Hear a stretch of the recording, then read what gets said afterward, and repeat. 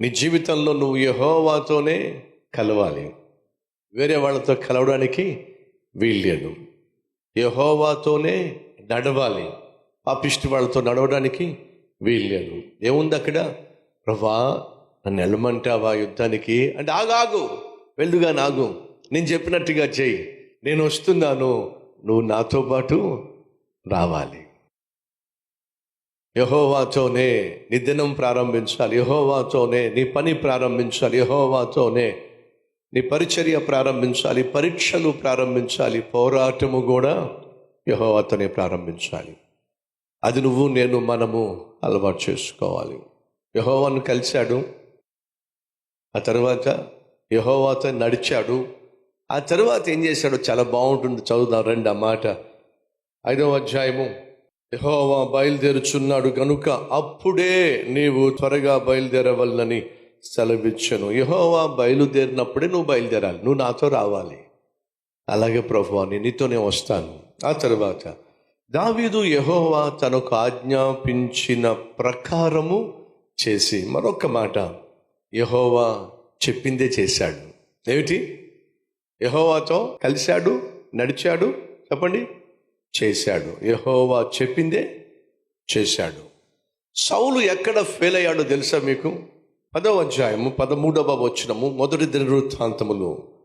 ఈ ప్రకారము యెహోవా ఆజ్ఞ గైకొనక ఆయన దృష్టి ఎదుట ద్రోహము చేసినందున, యెహోవా యొద్ద విచారణ చేయక.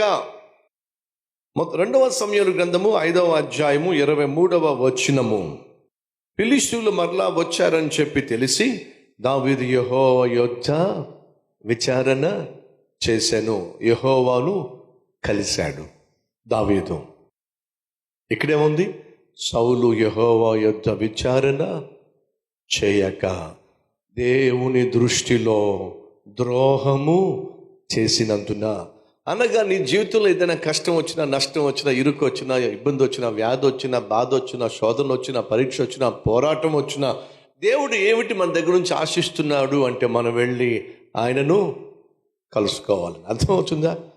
మనం వెళ్ళి ఆయనను కలుసుకోవాలి, మనం వెళ్ళి మన సమస్యను ఆయనతో చెప్పుకోవాలి అని ఆయన ఆశిస్తున్నాడు.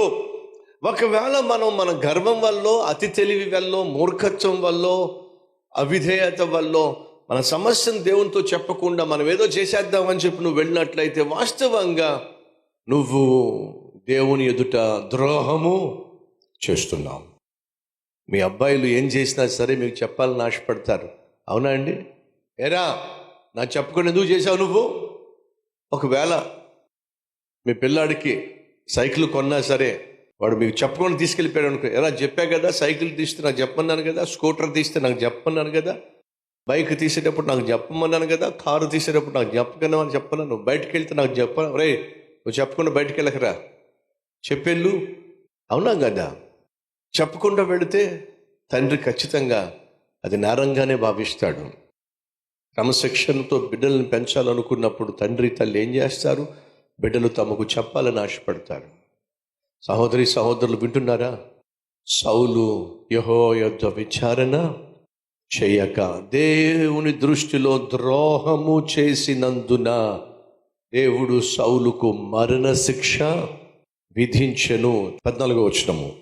అందు నిమిత్తము యెహోవా అతనికి మరణ శిక్ష విధించి రాజ్యమును యెష్షయి కుమారుడైన దావీదు చేతికి అప్పగించెను.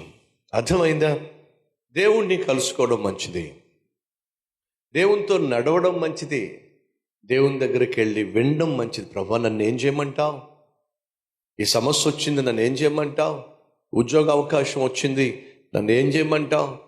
బెంగళూరు వెళ్ళాల్సి వస్తుంది, నన్ను ఏం చేయమంటావు? అమెరికా వెళ్ళాల్సి వస్తుంది, నన్ను ఏం చేయమంటావు అని నువ్వు ప్రార్థన చేయటం అత్యవసరం అండి, అత్యవసరం. బ్రదర్ ప్రార్థన చేసి దేవుడు తెలియజేస్తాడా? కీర్తన 25వ అధ్యాయం 12వ వచనం. యెహోవా యందలి భయభక్తులు గల వాడెవడో వాడు కోరుకొనవలసిన దానిని ఆయన వానికి బోధించును. బాగుందండి ఈ వాక్యం. నువ్వు దేవుని ఎదుట భయభక్తులు కలిగి ఉంటే నువ్వు ఏ మార్గాన్ని కోరుకోవాలో, వివాహ సందర్భంలో 2-3 సంబంధాలు వస్తాయి. ఈ 2-3 సంబంధాల్లో ఏది దేవుని చిత్తమో నీకు ఎలా తెలుస్తుంది? దేవుడు తెలియజేస్తాడు. అది బైబిల్ సెలవిస్తుంది. యెహోవా యందు భయభక్తులు కలిగి ఉంటే నువ్వు ఏ మార్గాన్ని చూస్ చేసుకోవాలో, ఎన్నుకోవాలో, ఏ వ్యాపారం చేయాలో, ఎక్కడ పెట్టుబడి పెట్టాలో, ఏ కాలేజీలో చదువుకోవాలో, ఏ యూనివర్సిటీకి వెళ్ళాలో దేవుడు తెలియజేస్తాడు. అమ్మ వింటున్నావా? దేవుడు చెప్పినట్టుగా చేయటమే ఆశీర్వాదం. దావీదు వలె దేవునితో కలువు, దేవునితో నడువు, దేవుడు చెప్పింది చెయ్యి, దేవుడిచ్చే విజయాన్ని స్వతంత్రించుకో. అవును అన్నవారు మన మధ్య ఉన్నట్లయితే నాతో పాటు కలిసి ప్రార్థనలు ఏకీపిస్తారా?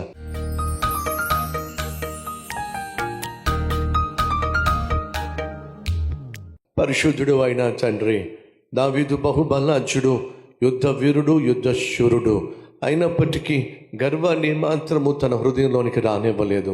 శత్రువు వచ్చిన ప్రతిసారి నిన్ను కలిశాడు, నీతో నడిచాడు, నీ మాటకు లోబడ్డాడు, నీతో గెలిచాడు నాయన. అట్టి అనుభవంలోనికి మమ్మల్ని తీసుకెళ్ళయ్యా. నువ్వు రాకుండా, నువ్వు లేకుండా మేమేమీ సాధించలేము నాయన. కాబట్టి నీ సహాయం మాకు కావాలి.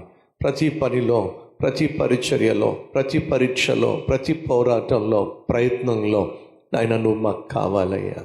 నిన్ను చూసే ఈ లోకం భయపడుతుంది, నిన్ను చూసే సైతాను శక్తులు భయపడతాయి. కాబట్టి నిన్ను కలిగి జీవించే జీవితం మాకు దయచేయ్యా.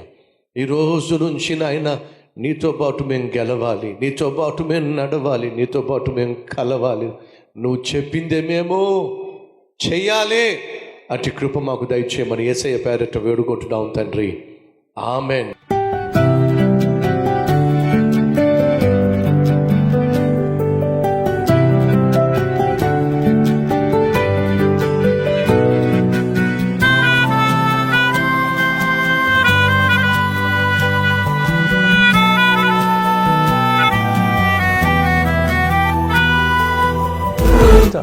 డైలీ డివోషన్ ఆశీర్వాదకరంగా ఉంటే 10 మందికి షేర్ చేయండి, లైక్ చేయండి, అలాగే ఖచ్చితంగా కామెంట్ పెట్టండి.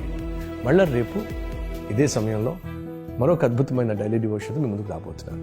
అంతవరకు సెలవు.